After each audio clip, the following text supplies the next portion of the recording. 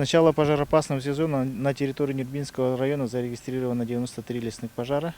Из них активное тушение проводилось по 51 лесным пожарам, остальные находились на зоне авиационного контроля. В начале июня лесные пожары подступили к населенным пунктам Рангастах, Нюрбачан, Мар, Кангалас и Идей. В связи с этим 4 июня был введен режим чрезвычайной ситуации на территории Нюрбинского района. Общими усилиями с участием местного населения, лесопожарных формирований и силы средств МЧС огонь в населенные пункты не был допущен.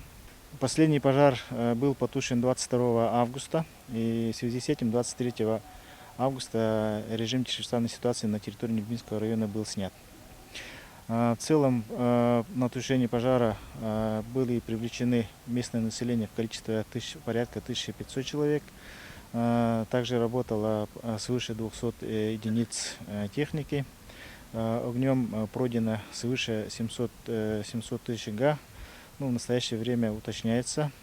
Также для помощи на тушении лесных пожаров было привлечено 120 человек Приморской базы авиационной и наземной охраны лесных насаждений, которые работали у нас порядка около месяца.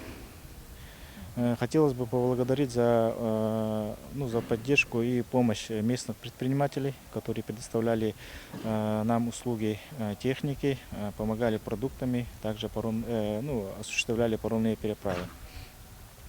В настоящее время лесных пожаров на территории района не существует, но проводится силами местных администраций окарауливание мест пожара, чтобы не возникали новых очагов.